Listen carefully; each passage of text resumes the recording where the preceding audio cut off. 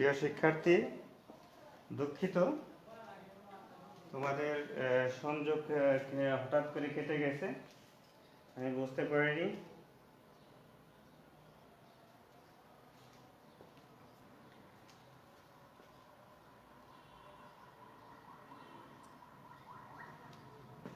আমি এখন আবার তোমাদের এই ক্লাসটা শুরু করছি।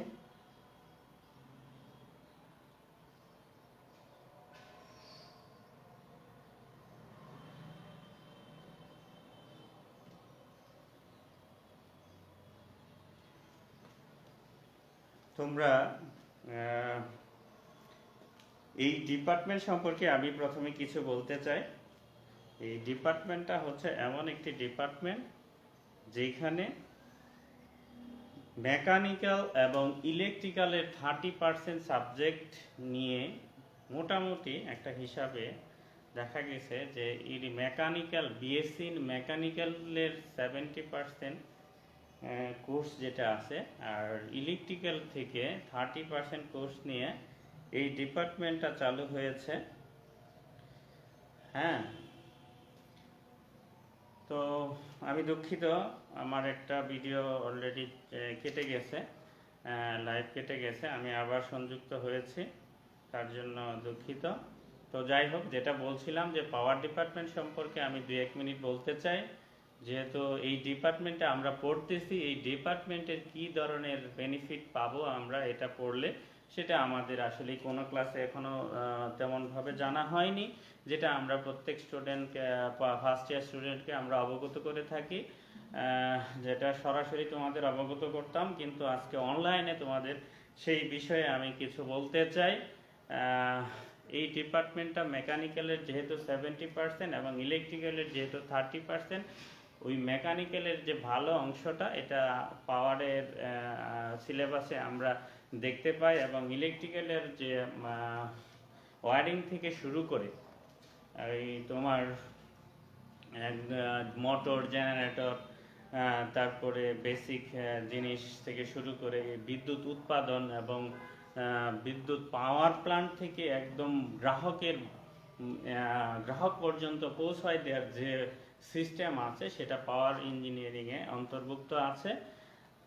আর মেকানিক্যালের অংশ হিসেবে আছে ইঞ্জিন এবং পাওয়ার প্ল্যান্টের যত মেকানিক্যাল কাজ আছে, যেহেতু পাওয়ার প্ল্যান্ট ইলেকট্রিক্যাল এবং মেকানিক্যাল কাজের সমন্বয়, অর্থাৎ এইখানে যান্ত্রিক শক্তিকে বৈদ্যুতিক শক্তিতে রূপান্তরিত করা হয়। যেহেতু যান্ত্রিক শক্তিকে পাওয়ার প্ল্যান্টে বৈদ্যুতিক শক্তিতে রূপান্তরিত করা হয়, সেহেতু সেইখানে যন্ত্রাংশ অর্থাৎ যান্ত্রিক অংশ আছে এবং বৈদ্যুতিক অংশ আছে। সো পাওয়ার ইঞ্জিনিয়ারকে এমনভাবে পাওয়ার ইঞ্জিনিয়ারিং কোর্সকে এমনভাবে ডিজাইন করা হয়েছে যে ভালোভাবে যাতে আমরা একটা পাওয়ার প্ল্যান্টকে মেনটেন করতে পারি, অপারেশন, মেইনটেনেন্স, সব কাজ যাতে পারফেক্টভাবে করা যায়, এমন একটা ইঞ্জিনিয়ার দরকার। সেই চাহিদা থেকে পাওয়ার ডিপার্টমেন্টের তৈরি হয়েছে। ওইখানে ইঞ্জিন আছে অথবা প্রাইম মুভার আছে। আসলে প্রাইম মুভার বলতে আমরা সেটাকেই বুঝি যেটা কোনো গুণন শক্তি দেয়। তো একটা জেনারেটর থেকে বিদ্যুৎ উৎপাদন করতে গেলে একটা গুণন শক্তি দরকার হয়। সেই গুণন শক্তি হচ্ছে ইঞ্জিন অথবা যে কোনো টারবাইন অথবা পানির শক্তি বা বাতাসের শক্তি, সেগুলো দিয়ে আমরা জেনারেটরকে ঘুরিয়ে থাকি। আর জেনারেটর ঘুরলেই বিদ্যুৎ উৎপাদন হবে।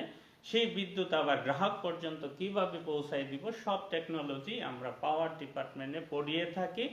এবং যেহেতু পাওয়ার ডিপার্টমেন্ট ইঞ্জিন পড়ে, তার সাথে অটোমোবাইল, অর্থাৎ তোমরা তৃতীয় এই চ্যাপ্টারের যে তৃতীয় এই পাওয়ার ইঞ্জিনিয়ারিং ফান্ডামেন্টাল বইয়ের তৃতীয় চ্যাপ্টার তোমার মোহাম্মদ মানিক মিয়া স্যার এটা পড়াবে, তৃতীয় চ্যাপ্টারটা। ওইখানে কিভাবে একটা গাড়ির বিভিন্ন অংশ আছে, যান্ত্রিক বিভিন্ন অংশ, বিশেষ করে ইঞ্জিন থেকে কিভাবে গাড়ির শক্তিটা চাকায় পৌঁছে এবং এর টেকনোলজি সম্পর্কে মানিক সাহেব ক্লাস নেবে, সেটা আমি তোমাদের এইখানে ইঞ্জিনটাকে এইখানে পড়াবো। চতুর্থ অধ্যায় অর্থাৎ ইঞ্জিনটার ভিতরের যে ফাংশনগুলি, বিভিন্ন ধরনের ইঞ্জিন, সেটা পড়াবো। যেহেতু আমরা ইঞ্জিন পড়ি সেহেতু আমরা অটোমোবাইলও এটা অ্যাড করা হয়েছে এই সাবজেক্টের সাথে, এবং গাড়িতে যেহেতু এসি আছে সেহেতু আমরা এসি বিষয়টাও এখানে পড়াবো এবং রেফ্রিজারেশন বিষয়টাও পড়াবো। এয়ার কন্ডিশনিং অথবা এয়ার কুলার এবং রেফ্রিজারেশন অর্থাৎ রেফ্রিজারেটর অর্থাৎ আরএসি একটা ডিপার্টমেন্ট আছে, সেটাও পাওয়ার ডিপার্টমেন্টের সাথে ওতপ্রোতভাবে জড়িত। সো পাওয়ার ডিপার্টমেন্টকে আমি একটা মাদার ডিপার্টমেন্ট বলতে পারি, যেহেতু এখানে কয়েকটা ডিপার্টমেন্টের সমন্বয়ে এই ডিপার্টমেন্টটা তৈরি হয়েছে। এখানে মেকানিক্যালের 70% এবং ইলেকট্রিক্যালের মোটামুটি 30%। এটা আমার মোটামুটি একটা হিসাব সিলেবাস অনুযায়ী। তো এই সমন্বয়ে একটা ডিপার্টমেন্ট তৈরি হয়েছে। যারা এই ডিপার্টমেন্টে ভর্তি হয়েছ তোমরা অবশ্যই ভাগ্যবান, এবং তোমরা এই ডিপার্টমেন্টে তোমরা পড়লে তোমাদের চাকরির অভাব হবে না, যদি তোমরা ব্যবহারিক এবং তাত্ত্বিক বিষয় ভালোভাবে রপ্ত করতে পারো।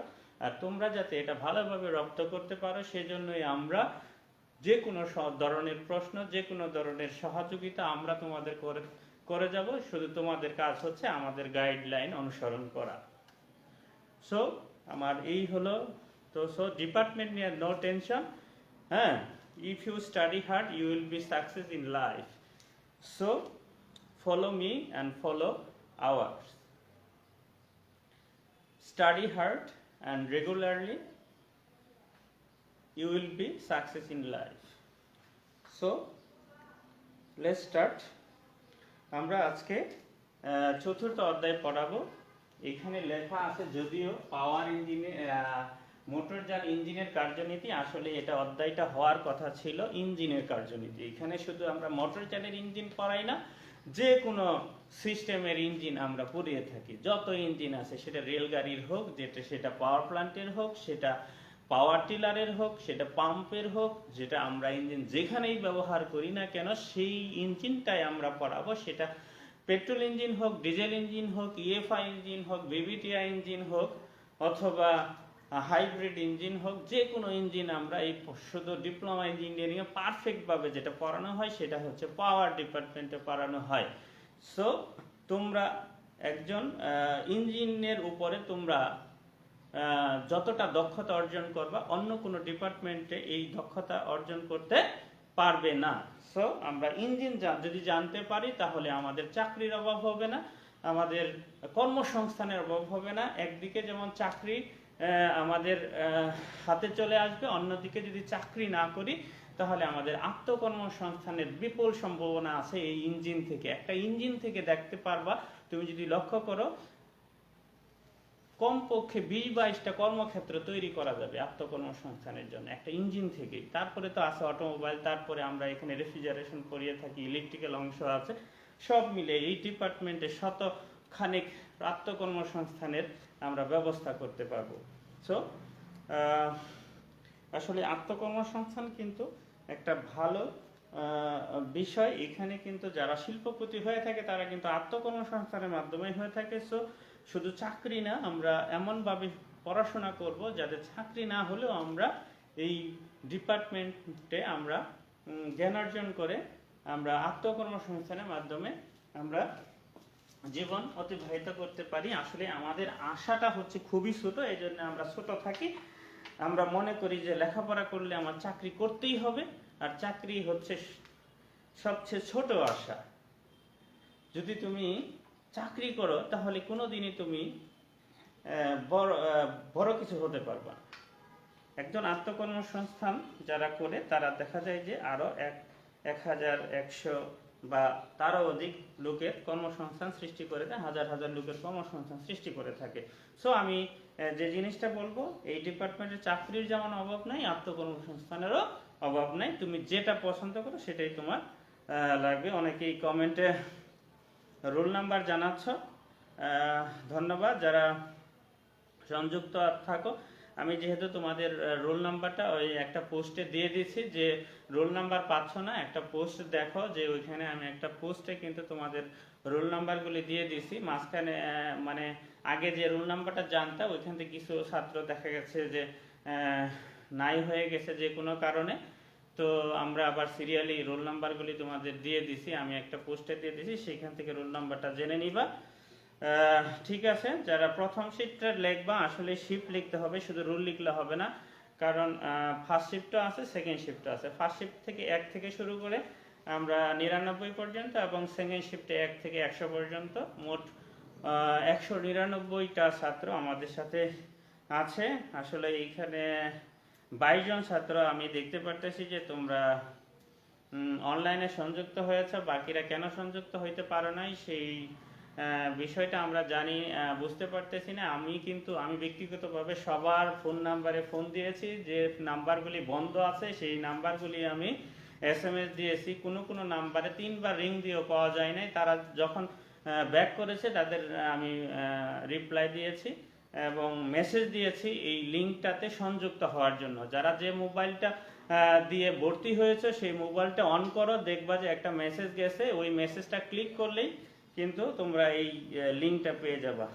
আচ্ছা ঠিক আছে, আমি এখন আমার পড়াশোনায় চলে যাই। আমি প্রথমে যে জিনিসটা তোমাদের জানাবো সেটা হচ্ছে ইঞ্জিন কাকে বলে। ইঞ্জিন কাকে বলে? যে যন্ত্রের মূল সিলিন্ডারের ভিতরে বা বাহিরে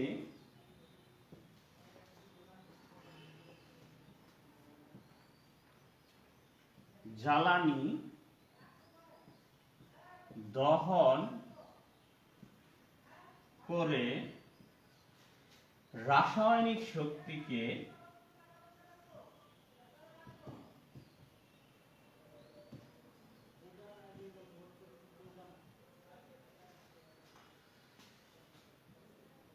তাপ শক্তিতে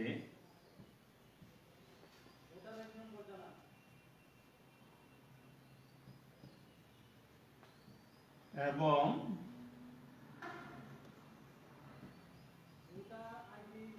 তাপ শক্তিকে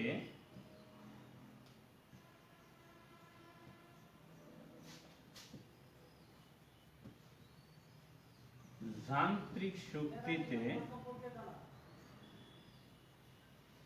রূপান্তরিত করে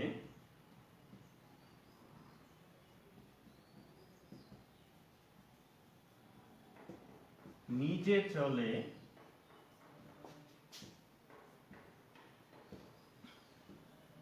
ও অন্যকে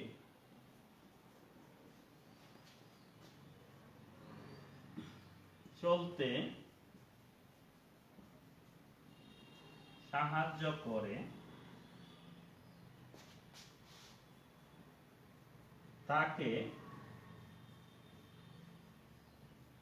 ইঞ্জিন বলে। আমি একটু দেখে নিচ্ছি যে ক্যামেরাটা পজিশনটা কি। তোমরা তো দেখতে পাচ্ছ মনে হচ্ছে। যারা রোল খুঁজে পাচ্ছ না তারা প্রয়োজনে ডিপার্টমেন্টে এসে যোগাযোগ করবা। আমি যতটুকু স্পষ্ট করে পোস্ট দেওয়ার কথা সেটা আমি আমার যথাসাধ্য চেষ্টা করেছি। তারপরেও যদি তোমরা রোল না পাও সেটা তোমাদের একটু দেখতে হবে। তো যাই হোক, আমি দেখে নাও যে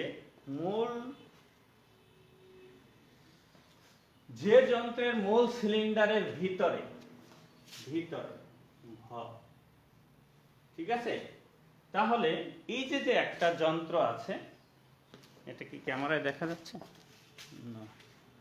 আচ্ছা, তাহলে দেখো এখন একটা স্ক্রিনশট দিয়ে নাও।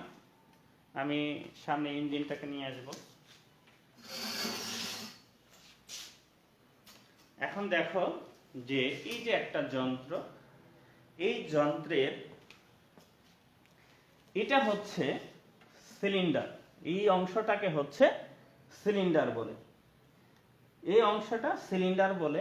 এই সিলিন্ডারের ভিতরে এই যে লাল অংশটা দেখতে পাচ্ছ, এই লাল অংশটা হচ্ছে সিলিন্ডার। এই সিলিন্ডারের ভিতরে, হ্যাঁ, অথবা এর বাহিরে, এই সিলিন্ডারের বাহিরে যদি আমি জ্বালানি প্রজ্বলন করি বা দহন করি, সেই দহন করার পরে এইখানে কি হবে, হ্যাঁ, এই যে এইখানে কি জ্বালানি দহন করবে, এখন জ্বালানিটাকে আমরা বলবো রাসায়নিক শক্তি। এই রাসায়নিক শক্তিকে আমরা যদি তাপ শক্তিতে রূপান্তরিত করি, ঠিক আছে, এই রাসায়নিক শক্তিকে যদি আমি তাপ শক্তিতে রূপান্তরিত করি, হ্যাঁ, তখন মানে এই রাসায়নিক শক্তিকে যদি আমি পোড়াই, তাহলে এইখানে তাপ শক্তি উৎপন্ন হবে। এবং তাপ শক্তিকে আমরা কি করব, এই পিস্টনকে সজোরে যখন নিচের দিকে ধাক্কা দিবে, তখন সেটা হবে যান্ত্রিক শক্তি।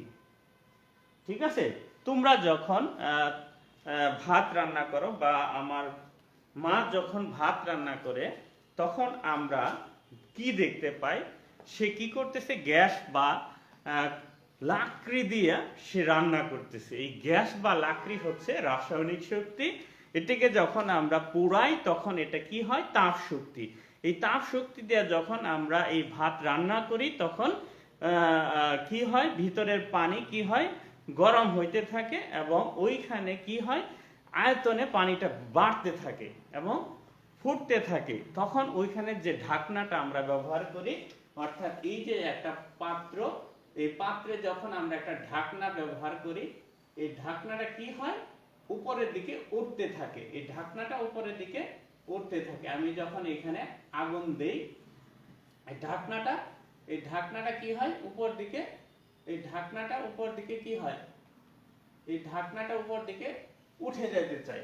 এই ঢাকনাটা উপর দিকে উঠে যেতে চাই বা একটা নড়তে চাই, এই যে সে তার অবস্থান পরিবর্তন করতেছে।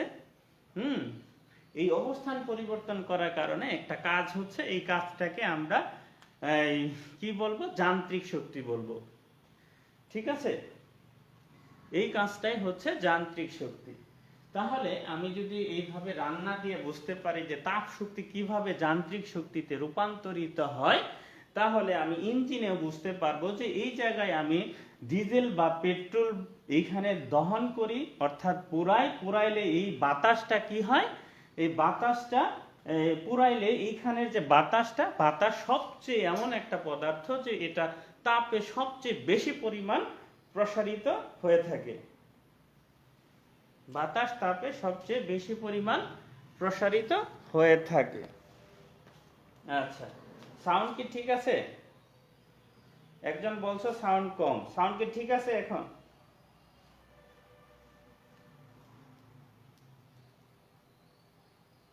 সাউন্ড ঠিক আছে কিনা একটু জানাও তো। এই তাপ শক্তি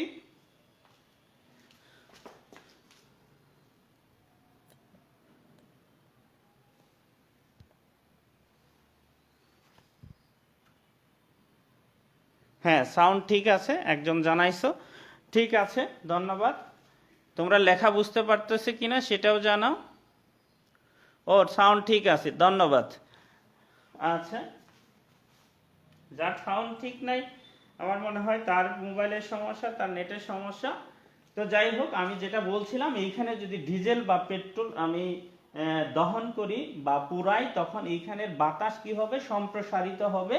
তখন এই পিস্টনকে নিচে সজোরে ধাক্কা দিবে, এই সম্প্রসারিত ইয়াতে এখানে ধাক্কা দিবে। ধাক্কা দিলে এই পিস্টন যখন নিচের দিকে আসবে, তখন এই যে একটা হুইল আছে, সেই হুইলকে বলা হয় ফ্লাই হুইল।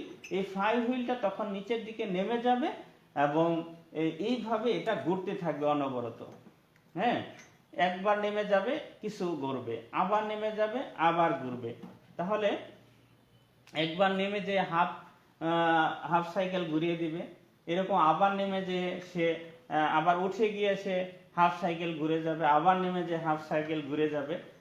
অর্থাৎ এইভাবে বারবার যখন এইখানে আমি জ্বালানি পোড়াবো, তখন এইখানে জ্বালানিটা জ্বলে সেটা গ্যাসের আকৃতি হবে, গ্যাসীয় হবে এবং খুব হালকা, মানে গ্যাসটা প্রচন্ড চাপে পিস্টনকে নিচের দিকে ধাক্কা দিবে, অর্থাৎ এইখানের যে রাসায়নিক শক্তি সেটা তাপ শক্তিতে রূপান্তরিত হবে, এবং তাপ শক্তি যখন এই বাতাসকে যখন সম্প্রসারিত করবে তখন এই বাতাস কিন্তু পিস্টনকে সজোরে ধাক্কা দিবে, এবং পিস্টন যখন নিচের দিকে উপর থেকে নিচে আসবে তখন কি হচ্ছে, হ্যাঁ, সরণ ঘটতেছে। হ্যাঁ, নির্দিষ্ট পরিমাণ বল নিয়ে যখন সরণ ঘটতেছে তখন এইখানে কাজ সংঘটিত হচ্ছে, আর এটা যখন সময়ের সাথে আমরা প্রকাশ করতেছি তখন সেটা পাওয়ার উৎপন্ন হচ্ছে। ঠিক আছে, তাহলে আমরা বুঝতে পারলাম যে এইখানে দেখো মূল যন্ত্রের ভিতরে বলছি, আরেকটা বলছি মূল যন্ত্রের বাহিরে।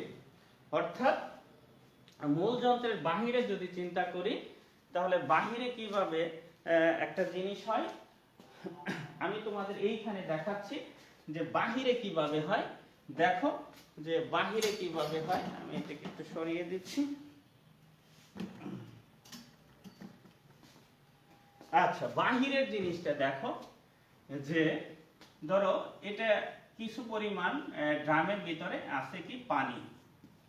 এই পানিটা আমি এখানে কি করব, উত্তপ্ত করব। এই পানিটা যখন এখানে উত্তপ্ত করব তখন এই পানিটা কি হয়ে যাবে, বাষ্প আকার ধারণ করবে। এই বাষ্প আকার ধারণ করলে এই বাষ্পকে আমি যখন একটা ইঞ্জিনের সিলিন্ডারের ভিতরে নিয়ে যাব, এই একটা ধরো ইঞ্জিন, এই সিলিন্ডারের ভিতরে, এইটা ভিতরটাকে আমরা বলি পিস্টন। এই পিস্টনটা যখন ভিতরের দিকে পিস্টন যখন উপরে পিস্টনের উপরে যখন বাষ্প আসবে, এদিক দিয়ে পিস্টনের উপরে যখন এই বাষ্প আসবে আইসে সাইডে এই পিস্টনকে ধাক্কা দিবে, তখন কিন্তু আমরা এখানে একটা ঘূর্ণন শক্তি পাবো। তাহলে এইখানে জ্বালানি দহন কিন্তু এই সিলিন্ডারের ভিতরে হচ্ছে না। তোমরা ধরতে পেরেছো যে জ্বালানি দহনটা কিন্তু এই সিলিন্ডারের ভিতরে হচ্ছে না, এই জ্বালানি দহনটা কিন্তু এই সিলিন্ডারের বাহিরে হচ্ছে।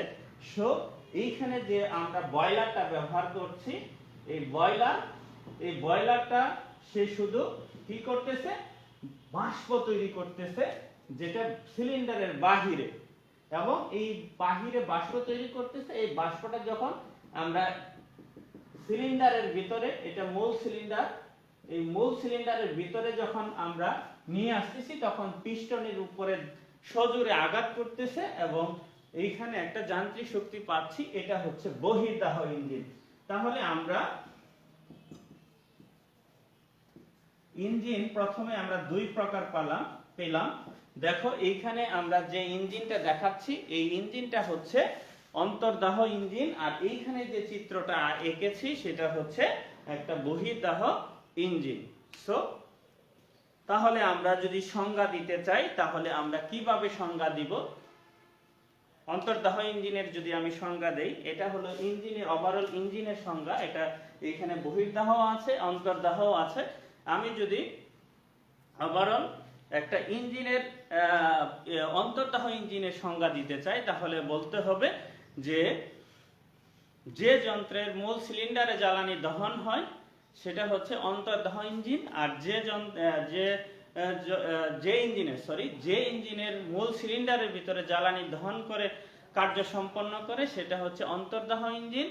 আর যে ইঞ্জিনের জ্বালানি দহন মূল সিলিন্ডারের বাহিরে হয় এটা হলো মূল সিলিন্ডারের বাহিরে। অর্থাৎ এই যে একটা মূল সিলিন্ডার, এই মূল সিলিন্ডারে যখন বাহিরে হবে তখন এই মূল সিলিন্ডারের বাহিরে হলে এটাকে আমরা বলবো বহির্দাহ ইঞ্জিন, আর এই সিলিন্ডারের ভিতরে যদি জ্বালানি দহন হয় সেটাকে বলবো অন্তর্দাহ ইঞ্জিন। তাহলে আমরা শিখে ফেললাম ইঞ্জিন কাকে বলে, অন্তর্দাহ ইঞ্জিন কাকে বলে এবং বহির্দাহ ইঞ্জিন কাকে বলে, সেটা আমরা শিখতে পারলাম।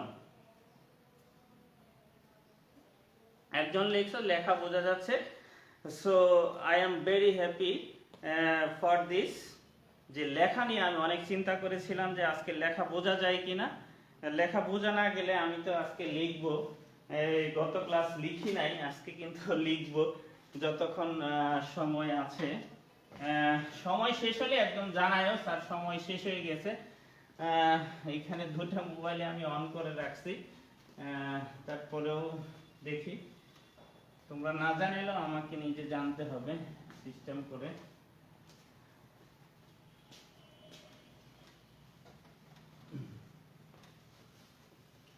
তাহলে আমরা এখন যেটা জানবো সেটা হচ্ছে ইঞ্জিনের ভিতরে কিছু যন্ত্রাংশ, ইঞ্জিনের ভিতরে কিছু যন্ত্রাংশ।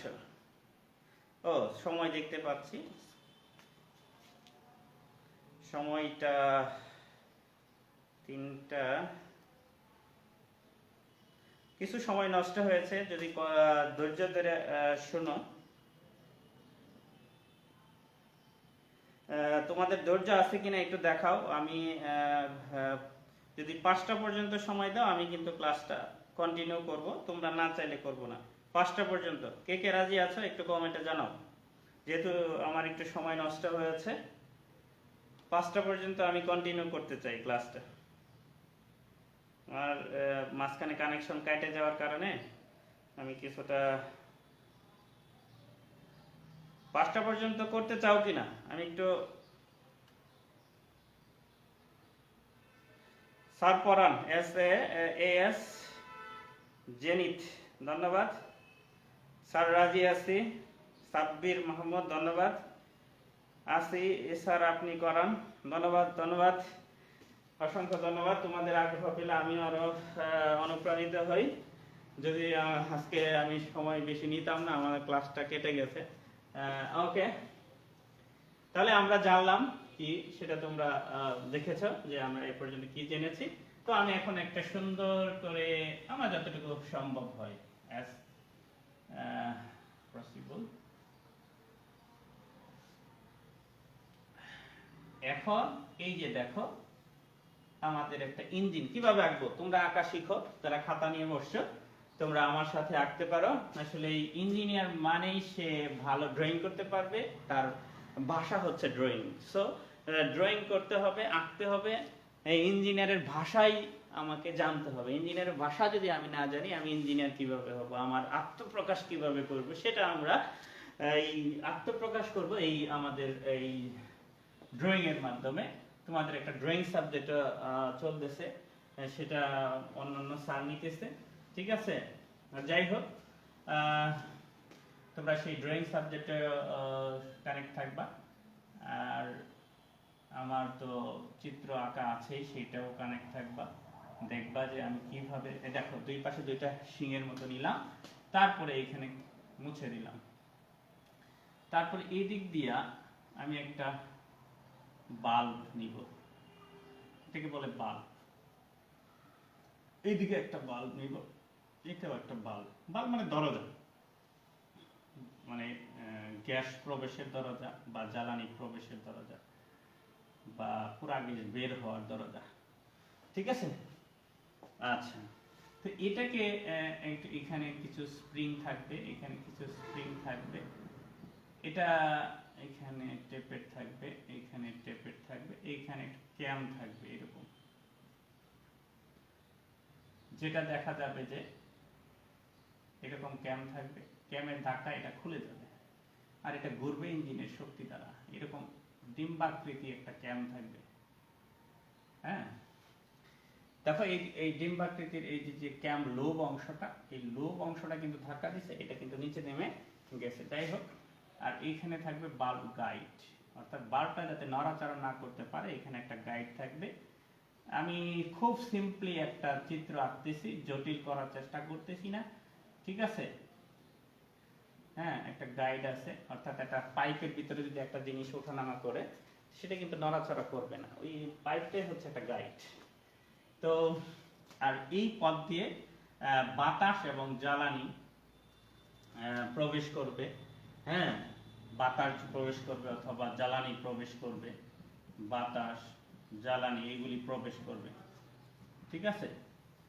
তাহলে এইটা হচ্ছে intake port, intake port, intake manifold, sorry, intake manifold, intake manifold. আর এই যে পাইপটা দেখছো এটা হচ্ছে adjust manifold, adjust manifold, adjust manifold. আসলে এইখানে বাতাস যেটা প্রবেশ করবে সেটা ইনটেক ম্যানিফোল্ড, আর পুরা গ্যাস যেটাতে বের হয়ে যাবে সেটা হচ্ছে এক্সজস্ট ম্যানিফোল্ড। আরো কিছু অনেক জটিল আছে চিত্র, আমরা সিম্পলি যেহেতু আমাদের স্টার্টিং এখন আমরা ক্লাস করতেছি, এখন আমরা জটিলে কিন্তু যাব না, জটিলে গেলে তোমরা বুঝতে পারবে না। আস্তে আস্তে আমরা ভিতরে প্রবেশ করব ইঞ্জিনের। তো আজকে আমরা খুব অল্প যন্ত্রাংশের সমন্বয়ে ইঞ্জিনটাকে বুঝতে চাইবো, যাতে যে ইঞ্জিনটা আমার বোঝা গেলেই হয়েছে। তো এইখান দিয়ে একটা পিস্টন আঁকলাম, এটা তো সিলিন্ডার, এটা সিলিন্ডার। এইখানে এইখানে তোমার কিছু ওয়াটার দেওয়া হয়, ওয়াটার, এইখানে ওয়াটার দেওয়া হয় যাতে ইঞ্জিনটা ঠান্ডা থাকে। এটাকে বলা হয় ওয়াটার জ্যাকেট, এটাকে বলা হয় ওয়াটার জ্যাকেট। আর এই যে আমরা সিলিন্ডার, এতক্ষণ আমরা সিলিন্ডার নিয়ে কথা বলছি, এটা হচ্ছে মূলত সিলিন্ডার, সিলিন্ডার, ঠিক আছে। আর এটা হচ্ছে ওয়াটার জ্যাকেট, অর্থাৎ যেই জায়গায় ওয়াটার অবস্থান করে সেটা হচ্ছে ওয়াটার জ্যাকেট।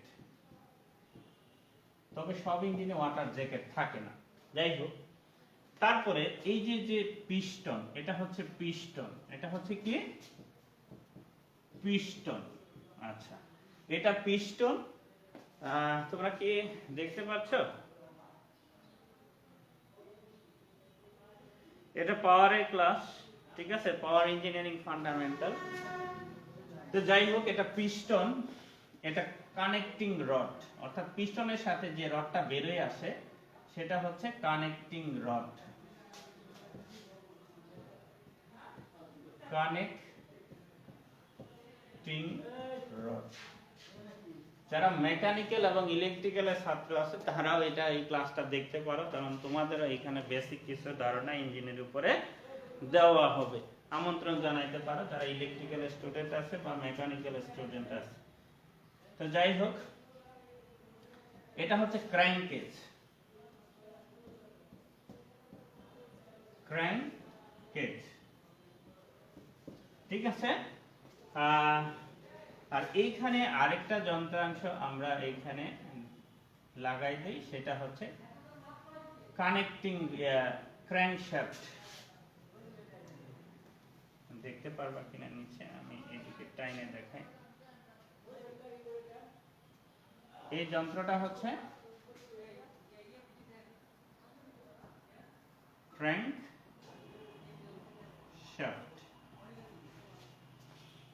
তাহলে আমরা এখানে যে যন্ত্রগুলি দেখতে পাইলাম সেগুলি আমরা আপাতত, আর এইখানে যদি এটা ডিজেল ইঞ্জিন হয় তাহলে এখানে একটা ইনজেক্টর থাকবে, আর পেট্রোল ইঞ্জিন হলে এই জায়গায় একটা স্পার্ক প্লাগ থাকবে।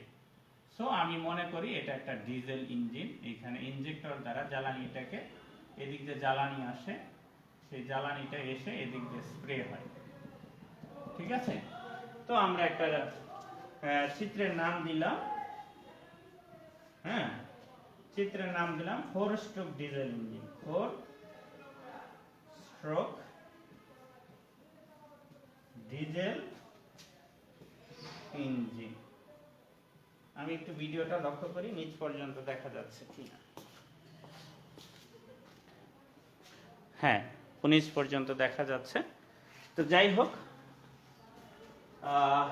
তাহলে আমরা কিন্তু অলরেডি এটা দেখেছি যে চিত্রটা একটি সিম্পলি আমরা একটা, এটার নাম কি দিব? ইনজেক্টর। এইটার নাম হচ্ছে ইনজেক্টর, ইনজেক্টর, সংক্ষেপে লিখলাম ইনজেক্টর, ঠিক আছে। আর এটা হচ্ছে ক্যাম। আর এই যে এগুলা হচ্ছে কি বাল্ব, এগুলা হচ্ছে এই দুটোই বাল্ব, এটাও বাল্ব এটাও বাল্ব, তাহলে এটা হচ্ছে ভালভ। এটা যেহেতু জ্বালানি প্রবেশ করে, এটাকে আমরা বলবো ইনটেক বাল্ব, আর এটা যেহেতু পুরা গ্যাস বের হয়ে যায় এটাকে আমরা বলবো আউটলেট বাল্ব বা এক্সজস্ট বাল্ব, ঠিক আছে। তাহলে আমরা যেহেতু 5টা পর্যন্ত সময় নিয়েছি, হ্যাঁ, তোমাদের একটু কষ্ট করো, ঠিক আছে। কষ্ট না করলে কিন্তু তোমাদের ভবিষ্যতে কিছু করতে পারবে না। যারা কষ্ট করবে, পরিশ্রম করবে, তারাই কিন্তু তোমার এই ভবিষ্যতে কিছু একটা করতে পারবা। আমি এই পলিটেকনিকের স্টুডেন্ট ছিলাম, কোনোদিন ক্লাস মিস দিইনি, ঠিক আছে। হঠাৎ করে একটা ক্লাস আমার মিস হয়েছিল, এই দীর্ঘ ডিপ্লোমা ইঞ্জিনিয়ারিং যে আমরা ক্লাস করেছি, ঠিক আছে, এই কোর্সটা এর মধ্যে আমার একটা ক্লাস মিস গিয়েছিল। সো যারা ক্লাস করবা তারা পারফেক্ট ইঞ্জিনিয়ার হবা সেটা নিশ্চিত, তবে ক্লাসটা যেটা করবা সেই দিন শেষ করে দিবা পড়াটা। যদি চিন্তা করো 10 দিনের ক্লাস জমায় একদিন পড়বো বা পরীক্ষার আগে 10 দিন পড়ে নিব, সেটা হইতে পারে পরীক্ষা ভালো করবা, কিন্তু পারফেক্ট ইঞ্জিনিয়ার হওয়ার মতো তোমার এবিলিটি থাকবে না। সো যখন একটা বিষয় নিয়ে তুমি স্যার পড়াইলো সেটা যদি তুমি পরবর্তীতে বাসায় গিয়ে পড়ো, সেখানে কিন্তু কিছু প্রশ্ন ক্রিয়েট হবে। পরের দিন ক্লাসে বলতে পারবা স্যার এই জিনিসটা একটু যদি আবার বুঝাইতেন, বা এই জিনিসটা কি আসলে, তখন কিন্তু জিনিসগুলি তোমার মানে একটা স্বচ্ছ ধারণা তৈরি হবে। সো স্বচ্ছ ধারণা যার নাই সে কিন্তু ভাইভা বোর্ডে ভালো কিছু বলতে পারবে না। সো ইঞ্জিনিয়াররা যদি ভাইভা বোর্ডে ভালো কিছু বলতে না পারে তাদের কিন্তু জব হয় না। বেশিরভাগ বেসরকারি জব কিন্তু ভাইভা নিয়ে থাকে। সো ভাইভায় ভালো প্রস্তুতি দরকার আছে, আর ভাইভায় ভালো প্রস্তুতির জন্য তোমার এই ক্লাসগুলি কিন্তু অনেক ইম্পর্টেন্ট। বই থেকে কিন্তু সব শেখা যায় না, বইয়ের চিত্রগুলি জটিল থাকে, বইয়ের ভাষাগুলি জটিল থাকে, আর বই সর্বোপরি তোমার শিখার একমাত্র মাধ্যম না। সো ক্লাস করতে হবে, ক্লাসে আসতে হবে। বড় দুঃখজনক বিষয় হচ্ছে যে এখন আমরা কোভিড-19 একটা সমস্যায় আমরা আছি। আশা করি তোমাদের এই যে 4 তারিখে পরীক্ষা, যে তোমাদের বড় ভাইদের পরীক্ষা আছে 4 তারিখ থেকে, এই পরীক্ষার শেষে আমার মনে হয় তোমরা নিয়মিত ক্লাসে আসতে পারবা। সেটা কর্তৃপক্ষ হয়তো সেই ঘোষণা দিবে, সেটা আমরা আশা করতেছি। তখন আমরা ক্লাসে কিন্তু সরাসরি তোমাদের ক্লাসে থাকতে পারবো। আজকে যারা এই 23 জন আমার সাথে বা 24 জন সংযুক্ত আছো, পরবর্তীতে আশা করি এই ভিডিওটা যখন গ্রুপে থেকে যাবে তখন ওদেরকে জানাই দিবে যে যারা এই ক্লাসগুলি মিস করেছে এই ভিডিওটা দেখো, এই গ্রুপে ওপেন করো, এই গ্রুপে এত তারিখের একটা ভিডিও আছে, স্যারা এটা পড়াইছিল, ঠিক আছে। যাই হোক, আমি ওদিকে আর কথা না বাড়াই। সো আমার এটা হচ্ছে ইঞ্জিনের বিভিন্ন অংশ। এখন যে 4টে স্ট্রোক আমরা বর্ণনা করব এই 4 স্ট্রোক ডিজেল ইঞ্জিনের। প্রথমে হচ্ছে সাকশন, এইখানে একটা অংশকে আমরা বলি টিডিসি, এইখানের একটা সর্বনিম্ন অংশকে আমরা বলি বিডিসি, অর্থাৎ পিস্টন সর্বোচ্চ যে পর্যন্ত ওঠে সেটাকে আমরা বলি টিডিসি। তাহলে টিডিসি কাকে বলে? পিস্টন সর্বোচ্চ যে পর্যন্ত সিলিন্ডারের ভিতরে ওঠে সেটাকে বলে টিডিসি, অর্থাৎ টপ ডেড সেন্টার, মানে এর উপরে আর ওঠে না, এই পরে মৃত জায়গা, এর উপরে মৃত জায়গা, অর্থাৎ সর্বোচ্চ উপরের পিস্টন ওঠার যে জায়গাটা, পিস্টন সর্বোচ্চ যে পর্যন্ত ওঠে সেটা হচ্ছে টিডিসি। আর এইখানে আরেকটা জিনিস আমাকে জানতে হবে, সেটা হচ্ছে বিডিসি। তো বিডিসি কি? হ্যাঁ, বিডিসিটা হচ্ছে যে বটম ডেড সেন্টার, অর্থাৎ পিস্টন সর্বনিম্ন যে জায়গায় নামে, অর্থাৎ এই টিডিসি থেকে বিডিসি পর্যন্ত যে ওঠানামা করে, এই টিডিসি থেকে বিডিসি পর্যন্ত ওঠানামা করে, এটাই হচ্ছে আমার স্ট্রোক, তাহলে আমি আরেকটা জিনিস জানলাম, সেটা হচ্ছে স্ট্রোক। তাহলে আমি স্ট্রোক কাকে বলে? টিডিসি থেকে বিডিসি পর্যন্ত দূরত্বকে আমরা স্ট্রোক বলি, অর্থাৎ পিস্টন যে জায়গা পর্যন্ত ওঠানামা করে এই জায়গাকেই বলা হয় স্ট্রোক। হ্যাঁ, এই জায়গাকেই বলা হয় স্ট্রোক। এখন পিস্টন যদি টিডিসি থেকে ভিডিসিতে একবার নামে তাকে সেটাকে এক স্ট্রোক, আবার যদি বিডিসি থেকে টিডিসিতে যায় তা আরেক স্ট্রোক। তো এইরকম ভাবে 4টে স্ট্রোক সম্পন্ন করে যে ইঞ্জিন কাজ করে সেটা হচ্ছে 4 স্ট্রোক ইঞ্জিন। তাহলে আমি 4 স্ট্রোক ইঞ্জিন কাকে বলে সেটাও আমি বুঝলাম, অর্থাৎ একবার শক্তি উৎপন্ন করতে যদি পিস্টন 4টে স্ট্রোক সম্পন্ন করে, অর্থাৎ 4 বার টিডিসি থেকে বিডিসি, বিডিসি থেকে টিডিসি, এইভাবে যদি 4 বার হয় সেটাকে হবে হ্যাঁ, 4 স্ট্রোক ইঞ্জিন, এই 4টা স্ট্রোকে যদি একবার শক্তি উৎপন্ন করে, হ্যাঁ, সেটাই হচ্ছে 4 স্ট্রোক ইঞ্জিন। আর তাহলে 2 স্ট্রোক ইঞ্জিন কাকে বলবো? এখানে 2 স্ট্রোক ইঞ্জিনটা বলে ফেলি 2 স্ট্রোক।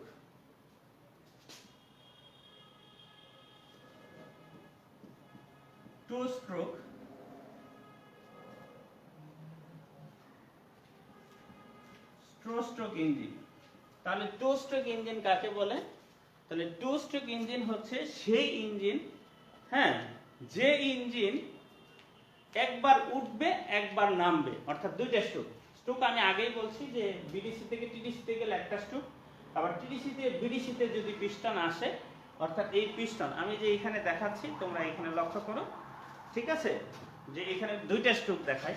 যেমন এই যে এটাকে যদি আমি বিডিসি ধরি, এটা একটু সামনে নেই, এটাকে যদি আমি তোমার বিডিসি ধরি আর এটাকে যদি আমি টিডিসি ধরি, তাহলে বিডিসি থেকে পিস্টন যদি উপরে ওঠে একটা স্ট্রোক হইল, আবার টিডিসি থেকে যদি বিডিসিতে নামে তাহলে আরেকটা স্ট্রোক হইল।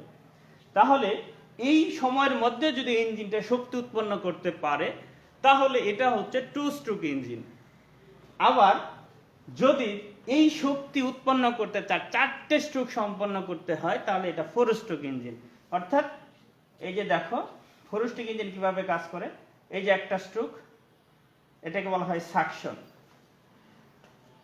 তাহলে আমরা এখন যেটা লিখবো সেটা হচ্ছে সাকশন, 4 স্ট্রোক ইঞ্জিনের সাকশন স্ট্রোক। তাহলে সাকশন স্ট্রোক কাকে বলে? যে সিলিন্ডারের ভিতরে বাতাস যখন প্রবেশ করে, পিস্টন যখন টিডিসি থেকে বিডিসিতে আসে, অর্থাৎ এই পিস্টনটা যখন টিডিসি থেকে বিডিসির দিকে আসবে, টিডিসি থেকে বিডিসির দিকে আসবে, তখন এই স্ট্রোকটাকে বলা হবে, হ্যাঁ, তখন এই স্ট্রোকটাকে বলা হবে কি? Suction stroke. এই সময় কি হবে? সিলিন্ডারের ভিতরে বাতাস প্রবেশ করবে। কোন দিক দিয়ে বাতাস প্রবেশ করবে? এই যে ইনটেক ম্যানিফোল্ড দিয়ে, এই ইনটেক ম্যানিফোল্ড দিয়ে বাতাস প্রবেশ করবে, ইনটেক ম্যানিফোল্ড দিয়ে বাতাস প্রবেশ করবে।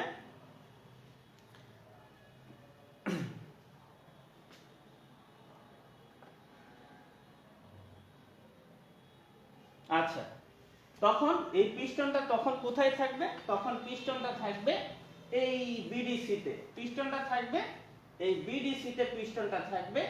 এর ভিতরে কি প্রবেশ করবে? এর ভিতরে বাতাস প্রবেশ করবে। তো এটাকে বলা হয় সাকশন স্ট্রোক। আমি 4টে স্ট্রোক বর্ণনা করব, 4 স্ট্রোক দিয়ে পরের 2 স্ট্রোক আমি পরের ক্লাসে বর্ণনা করব, আজকের ক্লাসে না, হ্যাঁ। আচ্ছা, 4 স্ট্রোক একটু সহজ, 2 স্ট্রোক একটু জটিল আছে, সেহেতু আমি সহজটা আগে পড়াচ্ছি। 4 স্ট্রোকটা 4টা কাজ কিন্তু আলাদা, এখানে 4টা কাজ হয়ে কিন্তু একটা শক্তি উৎপন্ন হয়, সেটা 4 স্ট্রোক হোক আর 2 স্ট্রোক ইঞ্জিন হোক, 4টা কাজ সম্পন্ন হইতেই হবে। তো এইখানে প্রত্যেকটা স্ট্রোকে আলাদা আলাদা কাজ, এই জন্য এটা সহজ। দেখো এইখানে এই সাকশন স্ট্রোকে কি করছে? বাতাস প্রবেশ। সাকশন স্ট্রোকে কি হয়েছে? বাতাস প্রবেশ করছে, সাকশন স্ট্রোকে বাতাস প্রবেশ করছে। তারপরে আমরা লিখব compression stroke. Compression stroke, compression স্ট্রোকে কি ঘটনা ঘটবে? কম্প্রেশন স্ট্রোকে বাতাস সংকোচন,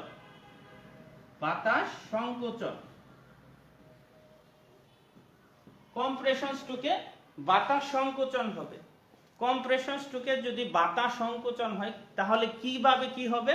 তাহলে উপরের যে 2টা বাল্ব আছে, এখানে একটা বলে নেই যে সাকশন স্ট্রোকে কিন্তু একটা বাল্ব খোলা ছিল, সেটা হচ্ছে ইনটেক বাল্ব, হ্যাঁ।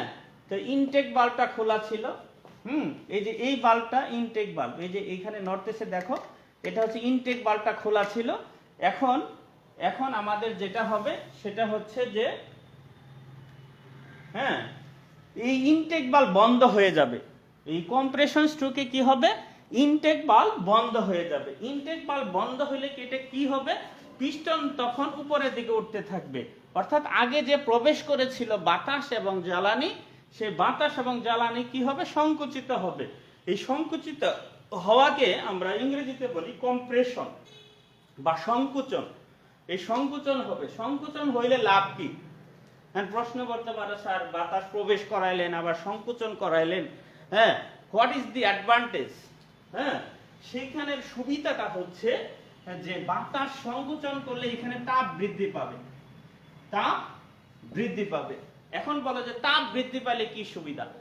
তাপ বৃদ্ধি পাইলে তখন আমরা এই যে একটা ইনজেক্টর দেখতে পারতেছো, এটা হচ্ছে ইনজেক্টর।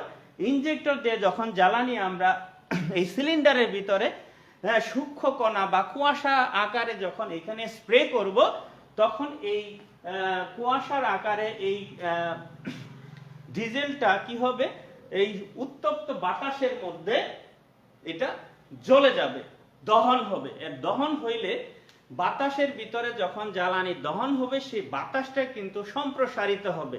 আমরা যেমন গরম বাতাস বেলুনের ভিতরে ঢোকাইলে ঠান্ডা হইলে বেলুনটা চুপসে যায়, তখন অথবা ঠান্ডা বাতাস যদি বেলুনের ভিতরে আমি রোদ্রে রেখে দেই, সেই বাতাসটা যখন গরম হবে বেলুনটা আস্তে আস্তে বাড়তে থাকবে, তাহলে বাতাস গরম হইলে সেটা বাড়তে থাকে এবং এই পিস্টনকে সজোরে নিচের দিকে ধাক্কা দিবে। এই ধাক্কাটাই হচ্ছে পাওয়ার, এই ধাক্কাটাই হচ্ছে পাওয়ার স্ট্রোক। তাহলে আমি আবার বলছি ধাক্কাটা কিভাবে দিচ্ছে। যখন আমি বাতাস এবং জ্বালানির ভিতরে যখন আমি উত্তপ্ত বাতাসের ভিতরে যখন সংকুচিত হইল, বাতাসটা উত্তপ্ত হইল, এই উত্তপ্ত বাতাসের মধ্যে যখন ডিজেলকে আমরা সূক্ষ্ম কণার আকারে স্প্রে করব, তখন এটা নিচের দিকে সজোরে ধাবিত হবে। ঠিক আছে, নিচের দিকে এরকম সজোরে ধাবিত হবে। কেন ধাবিত হবে? যে বাতাসের ভিতরে যখন আমি ডিজেলকে পুড়িয়ে দিব, তখন এই ডিজেলটা এটা তাপ শক্তিতে রূপান্তরিত হবে এবং তাপ শক্তি বাতাসকে সম্প্রসারিত করবে। আমরা জানি তাপে সব পদার্থেরই প্রসারণ ঘটে, সবচেয়ে বেশি প্রসারণ ঘটে বাতাসের। তো বাতাস এখানে বেশি মাত্রায় প্রসারিত হবে, তখন এই ওয়ালকে ফাটিয়ে সে বের হয়ে যাইতে চাইবে, কিন্তু ওয়াল তো অনেক শক্ত, সে পাচ্ছে না। সেইখানে পিস্টনকে সে কি করছে, অসহায়, সে পিস্টন অসহায়, পিস্টন নিচের দিকে সে দাবিত হচ্ছে। ঠিক আছে, পিস্টন যখন নিচের দিকে দাবিত হচ্ছে, তখন এইখানে আমরা এটা একটা ঘূর্ণন শক্তি পাচ্ছি, এই ঘূর্ণন শক্তি পাচ্ছি। পিস্টন দেখো, আমি দেখছি এই যে, তাহলে একটা ঘূর্ণন শক্তি পাচ্ছি না। পিস্টন যখন নিচের দিকে নামছে, তখন এই হুইলটা ঘুরে যাচ্ছে। এই হুইলটার নাম হচ্ছে ফ্লাই হুইল। এখানে আঁকি নাই, এটা লিখে নাও। এই হুইলটার নাম হচ্ছে একটা ফ্লাই হুইল। এই ফ্লাই হুইলটা ঘুরতে থাকবে, তোমরা সব ইঞ্জিনে দেখতে পারো যে একটা ফ্লাই হুইল ঘুরতেছে। যাই হোক, এগুলা ফ্লাই হুইল সম্পর্কে একটা ক্লাস নিলেও শেষ হবে না, অনেক থিওরি আছে ফ্লাই হুইল সম্পর্কে। ইঞ্জিনের প্রত্যেকটা পার্ট সম্পর্কে অনেক অনেক কথা আছে, অনেক কথা জানানো আছে, তোমাদের কাছে শেয়ার করতে চাই, তোমরা আমার সাথে থাকবে। হ্যাঁ, ঠিক আছে। তো যাই হোক, তাহলে পাওয়ার স্ট্রোক হইল। তারপরে এখন আমি বলি একজস্ট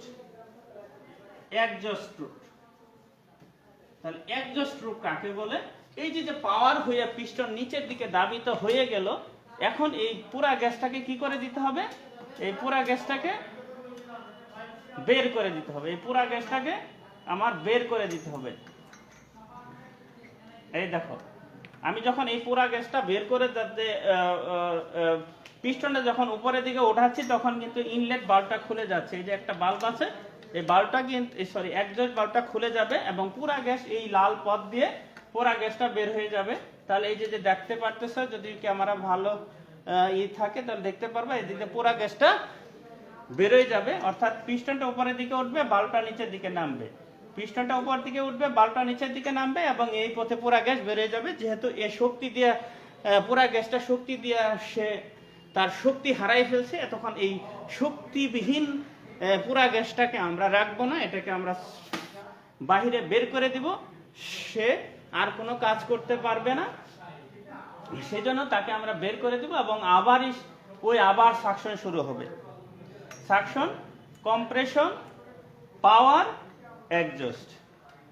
তাহলে দেখো কয়টা স্ট্রোক হয়, অর্থাৎ টিডিসি থেকে বিডিসি, বিডিসি থেকে টিডিসি কয়বার হয়? টিডিসি থেকে বিডিসি সাকশন, বিডিসি থেকে টিডিসি কম্প্রেশন, টিডিসি থেকে বিডিসি পাওয়ার, বিডিসি থেকে টিডিসি এক্সজস্ট। তার মানে এই সাকশন, কম্প্রেশন, পাওয়ার, এক্সজস্টের মধ্যে, এই সাকশন, কম্প্রেশন, পাওয়ার, এক্সজস্টের মধ্যে আমরা একটা মাত্র পাওয়ার পেলাম, তাহলে 4টে স্ট্রোকে একটা পাওয়ার পাইলাম, তাহলে এটাকে আমরা বলবো কি 4 স্ট্রোক ইঞ্জিন। এখানে কত পাক ঘুরলো? একটা স্ট্রোকে অর্ধ পাক, একটা স্ট্রোকে অর্ধ পাক, তাহলে দুইটা স্ট্রোকে একটা সম্পূর্ণ পাক, তাহলে 4টে স্ট্রোকে দুইটা পাক, অর্থাৎ একটা পাকে 360 ডিগ্রি, একটা পাকে 360 ডিগ্রি ঘুরে ইঞ্জিন, আরেকটা পাকে 360 ডিগ্রি ঘুরে, তাহলে কত কত হলো?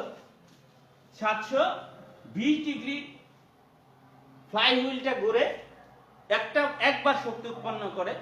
এটাই হচ্ছে 4 স্ট্রোক ইঞ্জিন। কিন্তু 2 স্ট্রোকে কিন্তু 360 ডিগ্রি ঘুরেই 360 ডিগ্রি ঘুরেই শক্তি উৎপন্ন করতে পারে, সেটা হচ্ছে 2 স্ট্রোক ইঞ্জিন। আমরা আগামী ক্লাসে 2 স্ট্রোক ইঞ্জিন নিয়ে আমরা ক্লাসে আসব।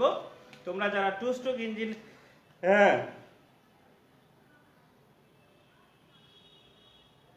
আচ্ছা, তোমরা যারা 2 স্ট্রোক ইঞ্জিন সম্পর্কে জানতে চাও, আগামী ক্লাসটা মিস করবে না, ঠিক আছে? আগামী রবিবারে আবার তোমাদের 3:40-এ আসবো আলহামদুলিল্লাহ, ঠিক আছে? আগামী রবিবারে আমরা 2 স্ট্রোক ইঞ্জিন সম্পর্কে আইডিয়া নেব এবং পরবর্তীতে সময় থাকলে এই 2 স্ট্রোক এবং 4 স্ট্রোক ইঞ্জিনের মধ্যে যে পার্থক্যগুলি আছে সেটা নিয়ে আমরা কিছু আলোচনা করব। আরও যদি সময় থাকে সেই ক্ষেত্রে আমরা এসআই সিআই ইঞ্জিন নিয়ে কথা বলবো। এই হলো আমার আগামী ক্লাসের প্ল্যান।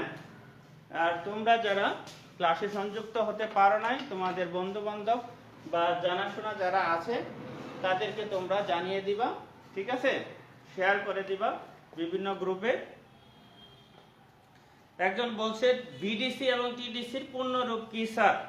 বিডিসি হচ্ছে বটম, বটম মানে নিচে, বটম ডেড, ডেড মানে মৃত, বটম ডেড সেন্টার মানে সবচেয়ে নিচের মৃত অংশ, ঠিক আছে? আর উপরের মৃত অংশ, ঠিক আছে? উপরের সর্বোচ্চ স্থান অর্থাৎ পিস্টন ওঠার সর্বোচ্চ স্থান হলো top dead centre, TDC top dead centre সর্বোচ্চ ওঠার স্থান, আর বিডিসি হচ্ছে পিস্টন সর্বনিম্ন নামার স্থান, ঠিক আছে? সেকেন্ড শিফটে 100 জন ছাত্র আছে আর ফার্স্ট শিফটে 99 জন আমরা লিস্ট পেয়েছি, টোটাল 199 জন, যেখানে 200 জন থাকার কথা, একজন কম আছে। তো যাই হোক, এটা বোর্ড যেভাবে আমাদের তালিকা দিছে সেভাবে আমরা, কারো যদি কোনো কথা থাকে এর মধ্যে লিখে ফেলো, কমেন্ট করে ফেলো, আমি এখন কমেন্টের উত্তর দিব, ঠিক আছে? কারো যদি কোনো কথা থাকে, আমার পড়া আজকে আপাতত শেষ, তাহলে আমরা সামারাইজ করি যে আমরা কি কি শিখেছি। আজকে আমরা শিখেছি জেনেছি যে পাওয়ার ইঞ্জিনিয়ারিং কি, এটা পড়লে কি লাভ হবে এবং এটার কি কি টেকনোলজি এই পাওয়ারের সাথে সংযুক্ত আছে, কি কি ইঞ্জিনিয়ারিং। যারা পাওয়ার ইঞ্জিনিয়ারিং সম্পর্কে জানতে চাও তাহলে আজকের ভিডিওটা তোমার জন্যই, ঠিক আছে? তারপরে আবার এটার ভবিষ্যৎ কি, এটা বিভিন্ন পাওয়ার প্ল্যান্ট, তারপরে মোটরযান, যেখানে আমরা মোটরযানের লাইসেন্স বা ড্রাইভিং লাইসেন্স পাই অর্থাৎ বিআরটিএ, সেখানে আমাদের জব আছে। তারপরে আমাদের গণপূর্ত, রুটস এন্ড হাইওয়ে, তারপরে ওয়াসা, পিডিবি, পিজিসিবি, যত বিদ্যুৎ সেক্টর আছে সেইখানে পাওয়ারের জব আছে। তাছাড়া বড় বৃহৎ জব সেক্টরটা হচ্ছে পাওয়ার প্ল্যান্ট, যেখানে ইন্ডাস্ট্রি নিজস্ব পাওয়ার প্ল্যান্টে চলে, ইন্ডাস্ট্রির নিজস্ব বিদ্যুৎ কেন্দ্রে চলে, সেইখানে কিন্তু পাওয়ারের ব্যাপক কর্মসংস্থান, সেখানে 95 জন শতকরা সেখানে জব করে থাকে। সেটা হচ্ছে একটা পাওয়ার প্ল্যান্ট বা একটা পাওয়ার স্টেশনের দায়িত্বে থাকে, সেটা শিফট ইঞ্জিনিয়ার হোক, অপারেটর হোক, অপারেশনে থাকুক, শিফট ইঞ্জিনিয়ার থাকুক অথবা মেইনটেনেন্স থাকুক, সেইখানে জেনারেটর এবং ইঞ্জিন মেইনটেনেন্স করে। এটা গ্যাস ইঞ্জিন হোক, ডিজেল ইঞ্জিন বা ডুয়েল ফুয়েল বা বিভিন্ন ধরনের ইঞ্জিন আছে, সেইখানে তারা কর্মক্ষেত্র বিভিন্ন কর্মক্ষেত্রে আছে এবং তাদের মাসিক ইনকাম কিন্তু অনেক বেশি, কারো 1 লাখ, কারো 50,000, কারো 20,000, 30,000 এরকম ইনকাম আছে। যে অভিজ্ঞতা অনুযায়ী যদি তুমি কাজ শিখতে পারো, তুমি তোমার অনেক সুনাম অর্জন করতে পারবে এবং তোমাকে অন্যান্য কোম্পানি কিন্তু তোমার হায়ার করে নিতে চাইবে, সেক্ষেত্রে তোমার বেতন বৃদ্ধি পাবে। তো যাই হোক, আমি তোমাদের আজকের যে জিনিসটা পড়াইছি সেগুলি একটু বলছি। যে আমি পড়াইছি ইঞ্জিন কাকে বলে, আমি পড়াইছি অন্তর্দাহ ইঞ্জিন কাকে বলে, বহির্দাহ ইঞ্জিন কাকে বলে, আমি পড়াইছি ডিজেল ইঞ্জিন, 4 স্ট্রোক ইঞ্জিন কাকে বলে, 2 স্ট্রোক ইঞ্জিন কাকে বলে, টিডিসি, বিডিসি, স্ট্রোক, এগুলি সম্পর্কে আলোচনা করেছি এবং ইঞ্জিনের বিভিন্ন অংশ একটা চিত্র এঁকেছি। তোমাদের বাড়ির কাজ হবে এই ইঞ্জিনের চিত্রটা অঙ্কন করা অ্যাট ফার্স্ট, তারপরে এই সাকশন, কম্প্রেশন, পাওয়ার, এক্সজস্ট আমি যেভাবে বলেছি তোমার ভাষায় তুমি লিখবা, কোনো বই দেখবা না, এই ক্ষেত্রে বইয়ের সাহায্য নিবা না, শুধু সাহায্য নিবা আমার এই ভিডিওটা আমি কিভাবে বলেছি সেটা তোমরা ফলো করে দেখবা, যে একটা লিখবা। আর আমি একটা ইমেল অ্যাড্রেস দিতেছি, সেই ইমেইলে আমাকে ইমেল করে সেই পাতার ফটোটা ছবি নিয়ে পাঠাই দিবা, একটা চিত্র আঁকবা। আর সাকশন, কম্প্রেশন, পাওয়ার, এক্সজস্ট এগুলি কিভাবে কাজ করে আমি যে বললাম সেটা তোমার ভাষায় লিখবা। তাহলে আমি একটা ইমেল অ্যাড্রেস দিচ্ছি, সেই ইমেল অ্যাড্রেসে তুমি আমার ইমেল করে পাঠাই দিবে। কিভাবে পাঠাবা? সহজ পদ্ধতি হচ্ছে যে তোমার ছবি নিবা, তুমি যেটা লিখবা সেই ছবিটা নিবা, ছবিটা নিয়ে ঠিক আছে আমার ইমেল অ্যাড্রেসে সেন্ড করে দিবা। ছবিগুলি আমি দেখব, হ্যাঁ, তোমার নাম থাকবে, তোমার রোল নাম্বার থাকবে, সেটা তোমার অনলাইন বাড়ির কাজ। আর এটা তোমার বাড়ির কাজের খাতায় থাকবে, ওই খাতা থেকে তুমি ছবি করে পাঠিয়ে দিবা। আর পরবর্তীতে যখন তুমি কলেজে আসবা ওই খাতাটা আমাকে দেখাবা। তাহলে আমি ইমেল অ্যাড্রেসটা দেই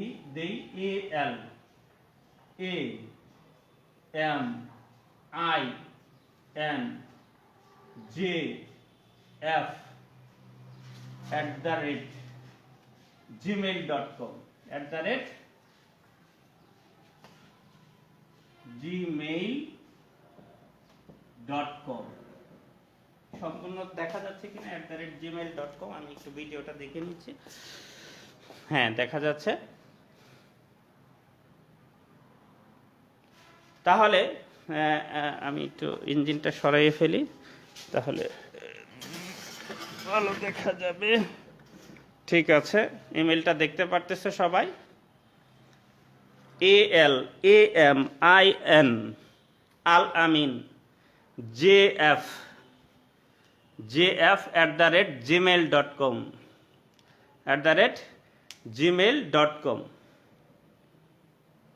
ঠিক আছে। যারা দেখো আমি ইমেলটা দিচ্ছি, ALAMIN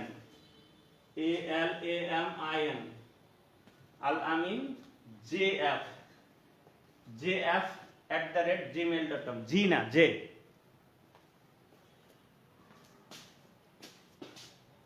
জামালপুরের জে, ঠিক আছে, JF@gmail.com ঠিক আছে। এই ঠিকানায় কি করবা আমি আবার বলছি, যে এই যে ইঞ্জিনটার চিত্র আঁকবা, 4টে স্ট্রোক, সাকশন, কম্প্রেশন, পাওয়ার, এক্সজস্ট কিভাবে কাজ করে সেটা তোমার মুখের ভাষায়, যে আমার লেকচার শুনে যা মনে হয়েছে সেটাই লিখবা। সেখানে বই দেখার দরকার নাই, বই দেখলেও বই ফলো করার প্রয়োজন নাই, নিজের ভাষায় লিখবা, ঠিক আছে। যদি লিখতে না পারো বারবার ভিডিওটা শুনবা, প্রয়োজনে ডাউনলোড করে রেখে দিবা, তারপরে শুনবা, তারপরে তুমি লিখবা।